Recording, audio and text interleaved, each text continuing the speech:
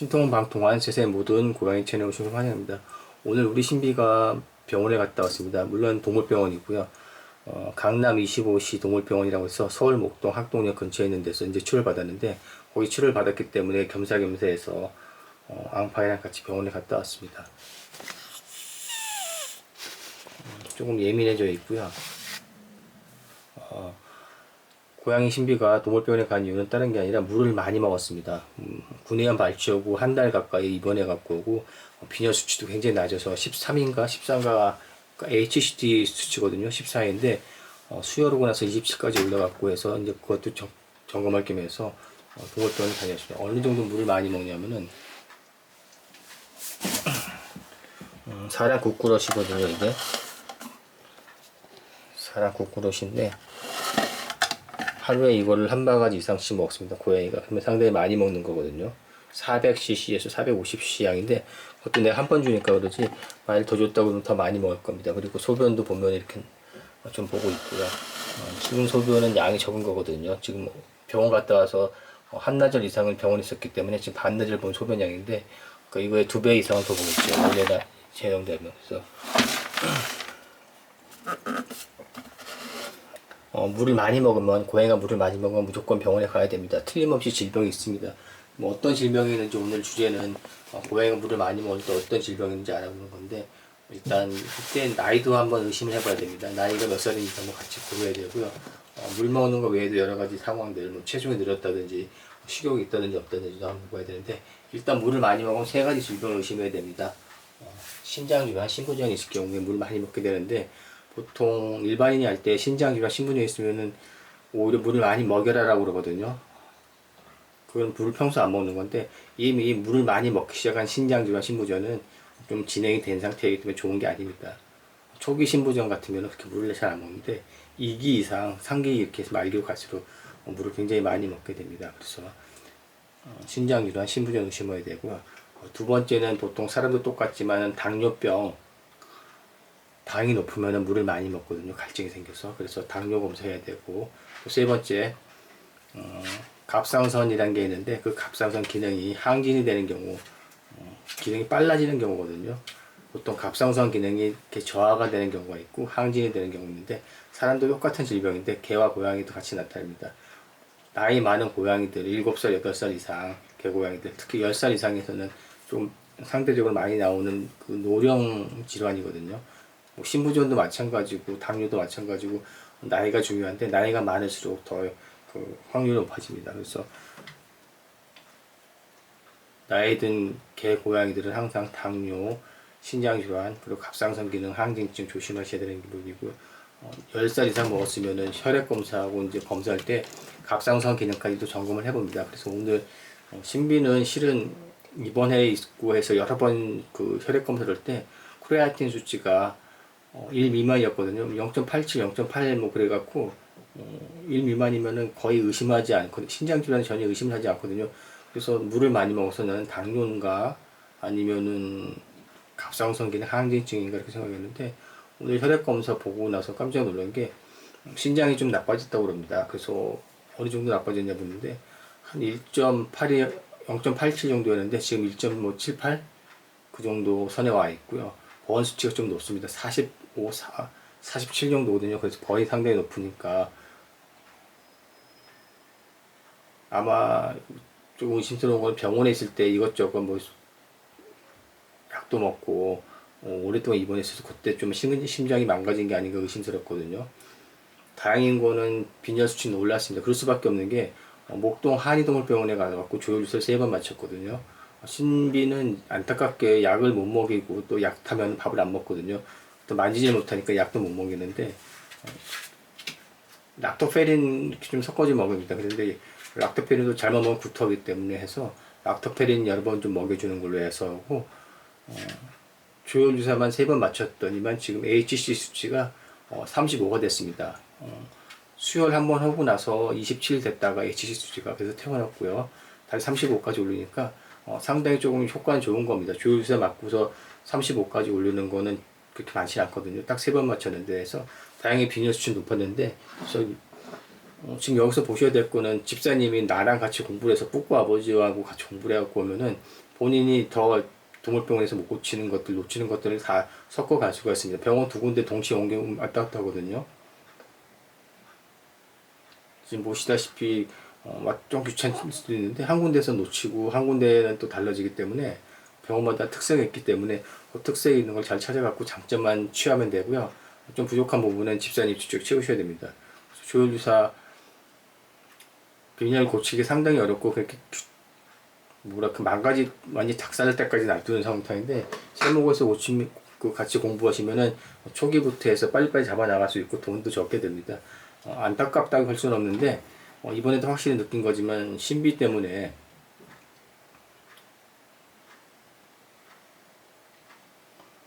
고양이 신비 때문에 공부한 거는 그 구내염 치료라든지 수술하기 전에 빈혈약 같은 거 철분제 좀 먹여주는 게 좋다는 걸 느꼈거든요.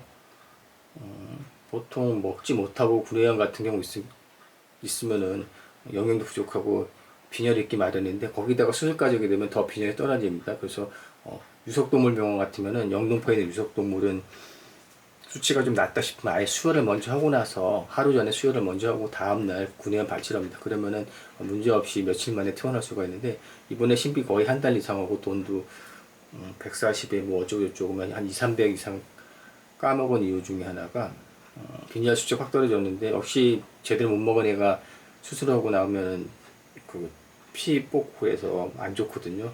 그래서 사전에 빈혈약을 좀 먹여놓는 게 철분제죠. 철분제를 좀 먹여놓는 게 치료 방법의 하나라는 게 이제 우리가 배운 거거든요. 그래서 다른 집사님들도 만약에 수술한다든지 뭐 그런 케이스가 있으면 수혈을 안 할 경우에는 미리 빈혈약을 좀 먹여놓는 게 좋을 겁니다. 빈혈약을 좀 먹여놓고 병원에 데려가는 게 3, 4일 전이든 일주일, 2주일 전부터 쭉 채워놓고 철분제를 좀 채워놓고 가면은 훨씬 정도 안전할 겁니다. 근데 대부분 동물병원에서는 그렇게 안 해주니까 이 부분에 대해서는 집사님 직접 챙기셔야 됩니다.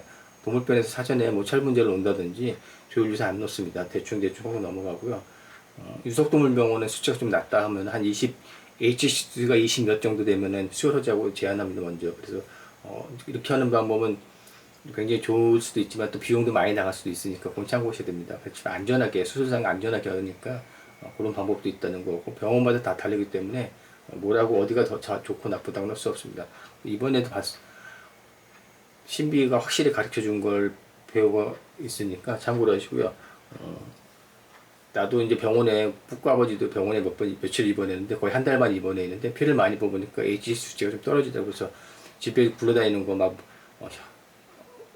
철분제 몇 번 주워 먹다가 지금 귀찮아서 안 먹거든요.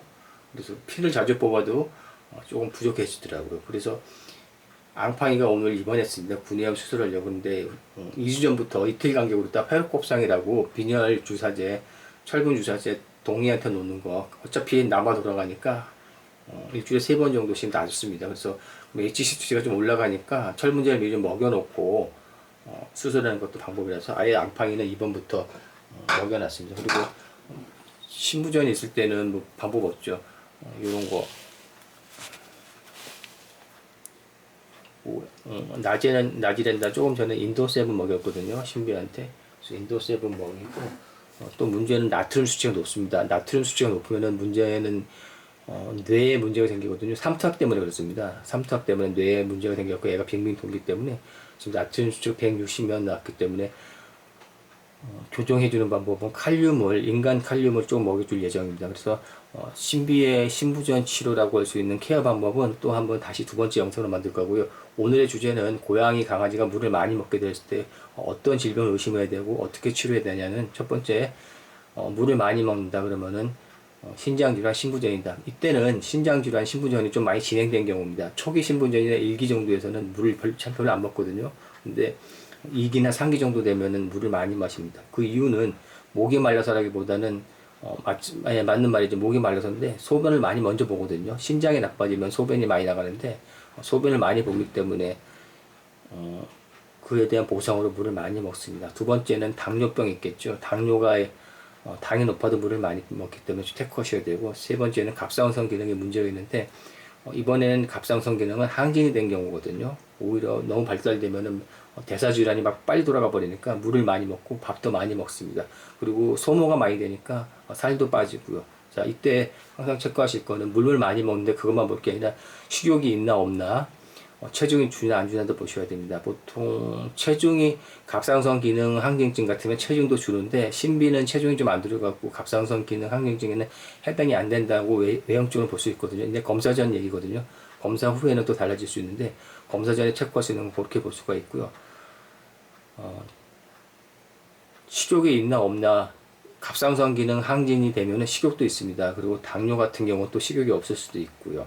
근데 신부전은 애매하거든요. 신부전은 그냥 적당한 식욕이 있으니까 참고하시고, 살은 안 빠졌기 때문에 갑상선 기능 항진증이 아니고, 당 검사에서 당이 아닌데 신부전 검사 약간 좀 높아졌고 2배 이상 높아졌습니다. 좀 크레아틴 수치가 한 달 반, 2달 전에 태어날 때보다 높아져 있고, 번이 45고 나트륨 수치가 높았습니다.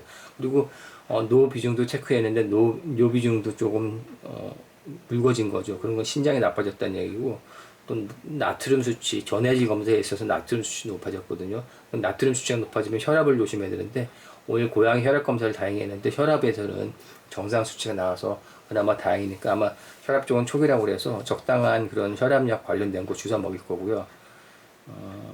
문제는 신비가 만지지 못하니까 이걸 어떻게 약을 먹이냐를 연구해야 됩니다. 제한적으로 먹여야 되고, 피하 수액 같은 건 전혀 손을 못 대고요. 지금 이렇게 만지면은 지라산 거 보시죠. 예민하거든요. 동물병원의 간호사들이 좀 잘 만졌는데, 남자한테는 이렇게 예민한지, 지랄 육갑을 하다니까.